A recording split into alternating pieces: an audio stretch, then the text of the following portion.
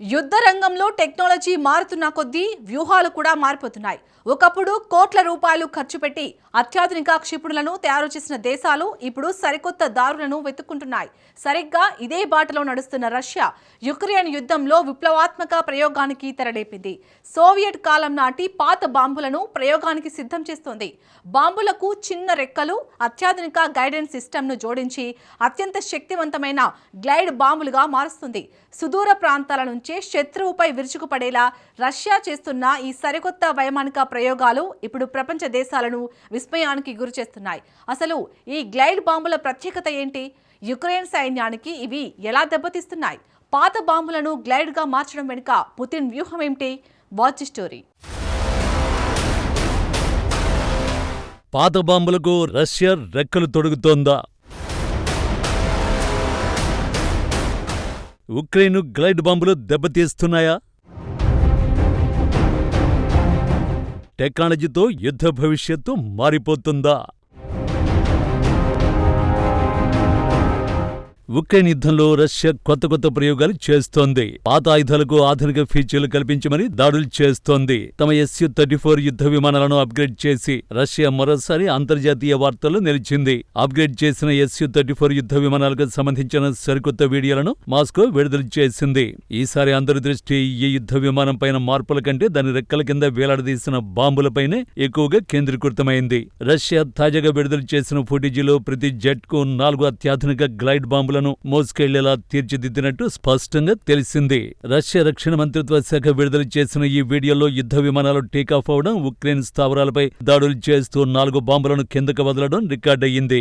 Ukraine సైనిక స్థావరాలు, command పోస్టులు, బలగాల మోహరింపు ప్రాంతాలే లక్ష్యంగా ఈ దాడులు చేసినట్లు మాస్కో పేర్కొంది. అయితే బాంబులు నేరుగా లక్ష్యాన్ని తాకిన దృశ్యాలు మాత్రం ఈ వీడియోలో కనిపించలేదు. అయితే ఆ Su-34 రెక్కల కింద ఉన్న ఆ బాంబుల ప్రత్యేకతలు ఏమిటి? రష్యా గతంలో వాడుతున్న పాత బాంబులకు ప్రత్యేక కిట్లను అమర్చి వాటిని అప్గ్రేడ్ చేసింది. సాధారణ సంప్రదాయ బాంబులను గ్లైడ్ బాంబులుగా మార్చింది. కిట్లతో బాంబులకు చిన్న రెక్కలు, అత్యాధునిక గైడెన్స్ సిస్టమ్స్ ని అమర్చి వినూత్న ఆకృతిని అందిస్తాయి. సంప్రదాయ బాంబులు ఎక్కడ విసిరితే అక్కడ పడి పేలిపోతాయి, అంతే తప్ప వాటికి ఒక నిర్దిష్టమైన ప్రదేశాన్ని సెట్ చేసి ప్రయోగించే వీలు ఉండదు. సంప్రదాయ బాంబులను విమానాలతో, క్షిపణుల్లో అమర్చి శతఘ్నులతో ప్రయోగిస్తారు. కానీ పాత సోవియట్ బాంబులను ప్రయోగించడానికి ఇప్పుడున్న ఆయుధాలకు ఏమాత్రం సరిపోవు. అందుకే వాటికి రష్యా ఆధునిక హంగులను సమకూర్చి యుద్ధంలో ప్రయోగిస్తోంది. ఇప్పుడు గాల్లో తేలుతూ మరింత దూరం ప్రయాణించగలదు. రక్షణ నిపుణుల అంచనా ప్రకారం ఈ కొత్త వర్షన్ బాంబులు గమ్యస్థానాన్ని చేరేందుకు మునుపటి కంటే చాలా ఎక్కువ దూరం ప్రయాణించగలవు. ఈ కొత్త బాంబుల నమూనాలో చిన్న జెట్ ఇంజిన్ కూడా అమర్చే అవకాశం ఉందని కొందరు నిపుణులు భావిస్తున్నారు. అయితే విడుదల చేసిన తాజా వీడియోల్లో ఈ అంశంపై స్పష్టత లేదని విశ్లేషకులు చెబుతున్నారు. గత ఏడాది చివరిలో ఉక్రెయిన్లో పేలకుండా పడి ఉన్న ఒక బాంబు వెలుగులోకి వచ్చింది.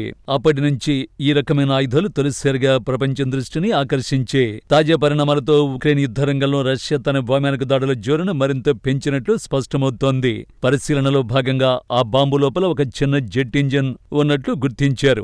ఆ ఇంజిన్ చైనాలో తయారైన వాణిజ్యపరమైన మోడల్గా గుర్తించారు. అయితే బాంబు మరింత దూరం ప్రయాణించేలా చేయడమే ఈ కొత్త రూపకల్పన ముఖ్య ఉద్దేశ్యం.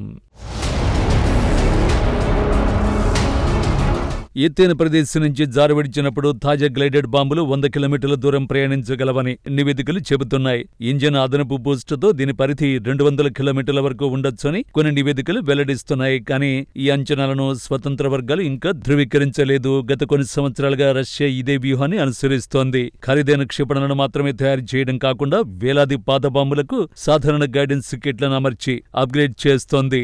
దీంతో సంప్రదాయ బాంబుల ఖచ్చితత్వం పెరుగుతుంది. దీంతో పాటు శత్రువుకు చిక్కకుండా సుదూర ప్రాంతాల నుంచి దాడులు చేసే వెసులుబాటు యుద్ధ విమానాలకు కలుగుతుంది. తమ షెల్టర్లో కూర్చున్నప్పుడు ఒక్కసారిగా పెద్ద శబ్దం వినిపించినట్లు ఉక్రెయిన్ పౌరులు చెబుతున్నారు. ఆ శబ్దం వినిపించిన 5 నిమిషాలకు బయటకు వచ్చి చూస్తే అక్కడ మంటలు ఎగిసి పడుతున్నట్టు వివరించారు. సుదూర ప్రాంతాల్లో ఆపరేషన్ నిర్వహించే సమయంలో కనెక్షన్ కోల్పోకుండా విమానాలకు కొన్ని కొత్త కమ్యూనికేషన్ పరికరాలను అమర్చినట్లు వీడియోల ద్వారా తెలుస్తోంది. బాంబుల ప్రయాణ దూరం ఎంత ఎక్కువగా ఉంటే విమానాలు అంత సురక్షిత దూరంలో ఉండేందుకు వీలవుతుంది. ఈ నేపథ్యంలో యుద్ధరంగంలో పైచేయి సాధించేందుకు రష్యా, ఉక్రెయిన్ దేశాలు తీవ్రంగా ప్రయత్నిస్తున్నాయి. లాంగ్ రేంజ్ బాంబులు, క్షిపణులు, డ్రోన్ల అభివృద్ధి గతంలో ఎన్నడూ లేనంత ఊపందుకుంది. టెక్నాలజీ పెరిగే కొద్దీ యుద్ధ వ్యూహాలు కూడా పూర్తిగా మారిపోతున్నాయి. ఒకప్పుడు యుద్ధ భూమిలో ప్రత్యక్షంగా పోరాడితేనే గెలుపు సాధ్యమనుకునేవారు. కానీ నేడు టెక్నాలజీ ఆధారిత దూర ప్రాంత దాడులే నిర్ణయాత్మక శక్తిగా మారుతున్నాయి. రష్యా ఇప్పుడు సరిగ్గా ఇదే వ్యూహాన్ని అమలు చేస్తోంది. ఖరీదైన క్షిపణుల తయారీపై మాత్రమే ఆధారపడడం లేదు. తన వద్ద ఉన్న వేలాది పాత బాంబులను అత్యంత శక్తివంతమైన గ్లైడ్ ఆయుధాలుగా మార్చేస్తోంది. దీనివల్ల రష్యాకు భారీగా ఆర్థిక వెసులుబాటు కలగడమే కాకుండా తన బలగాలను ప్రమాదంలోకి నెట్టకుండా శత్రువుపై విరుచుకుపడే అవకాశం దక్కుతోంది. ఉక్రెయిన్ బలగాలకు ఈ గ్లైడెడ్ బాంబులు ఒక పెద్ద పీడకలగా మారాయి. సాధారణ వైమానిక దాడుల కంటే వీటితో ముప్పు చాలా ఎక్కువగా ఉంది. ఎందుకంటే రాడార్లకు కూడా చిక్కకుండా ఇవి అత్యంత ఖచ్చితత్వంతో గ్లైడ్ బాంబులు లక్ష్యాలను ఛేదిస్తున్నాయి. ఉక్రెయిన్ ఎయిర్ డిఫెన్స్ సిస్టమ్స్ ని ఛేదించడంలో రష్యా ఈ కొత్త వ్యూహాన్ని సమర్థవంతంగా అమలు చేస్తోంది. ఆకాశం నుంచి దూసుకొచ్చే ఈ బాంబులను కూల్చివేయడం ఉక్రెయిన్ సైన్యానికి కత్తి మీద సాములా మారింది. రష్యా ప్రయోగిస్తున్న ఈ బాంబుల వేగం, వాటి గ్లైడింగ్ సామర్థ్యం కారణంగా ఉక్రెయిన్ రక్షణ వ్యవస్థలు చాలా తక్కువ సమయంలోనే స్పందించాల్సి వస్తోంది. దీంతో సరిహద్దు వెంబడి ఉక్రెయిన్ సైనికులు నిత్యం ప్రాణభయంతో గడపాల్సి వస్తోంది. ఈ గ్లైడ్ బాంబుల తయారీ వెనుక రష్యా ఆర్థిక కోణం కూడా బలంగానే ఉంది. ఆధునిక క్రూయిజ్ బ్యాలిస్టిక్ క్షిపణుల తయారీకి కోట్లాది రూపాయలు ఖర్చవుతాయి. పైగా పశ్చిమ దేశాల ఆంక్షల కారణంగా క్షిపణుల విడిభాగాలు రష్యాకు లభించడం లేదు. అందుకే సోవియట్ కాలం నాటి పాత నిరుపయోగంగా ఉన్న బాంబులకు ఆధునిక కిట్లు, గైడెన్స్ సిస్టమ్స్ అమరుస్తోంది.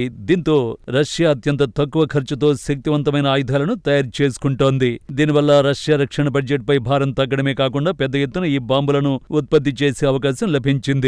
యుద్ధం దీర్ఘకాలం కొనసాగుతున్న తరుణంలో ఇలాంటి తక్కువ ఖర్చుతో కూడిన ఆయుధాల తయారీ రష్యాకు వ్యూహాత్మకంగా ఎంతో కలిసొస్తోంది. మరోవైపు రష్యా అనుసరిస్తున్న ఈ సరికొత్త వ్యూహాన్ని తిప్పికొట్టేందుకు ఉక్రెయిన్ కూడా తీవ్రంగా ప్రయత్నిస్తోంది. రష్యా యుద్ధ విమానాలు సరిహద్దులకు రాకముందే వాటిని కూల్చివేయాలని ఉక్రెయిన్ భావిస్తోంది. ఇందుకోసం పశ్చిమ దేశాలు అందించిన అత్యాధునిక పేట్రియాట్, నాసామ్స్ వంటి ఎయిర్ డిఫెన్స్ సిస్టమ్స్ ని సరిహద్దు ప్రాంతాలకు రప్పించింది. అయితే రష్యా యుద్ధ విమానాలు తమ గగనతలం దాటకుండానే సురక్షిత దూరంలో ఉండి ఈ గ్లైడ్ బాంబులను జారువిడుస్తుండటంతో ఉక్రెయిన్ వ్యూహాలు తరచూ దెబ్బతింటున్నాయి. దీంతో మరింత అత్యాధునిక లాంగ్ రేంజ్ ఎయిర్ డిఫెన్స్ క్షిపణుల కోసం ఉక్రెయిన్ తన మిత్ర దేశాలపై ఒత్తిడిని మరింత పెంచుతోంది.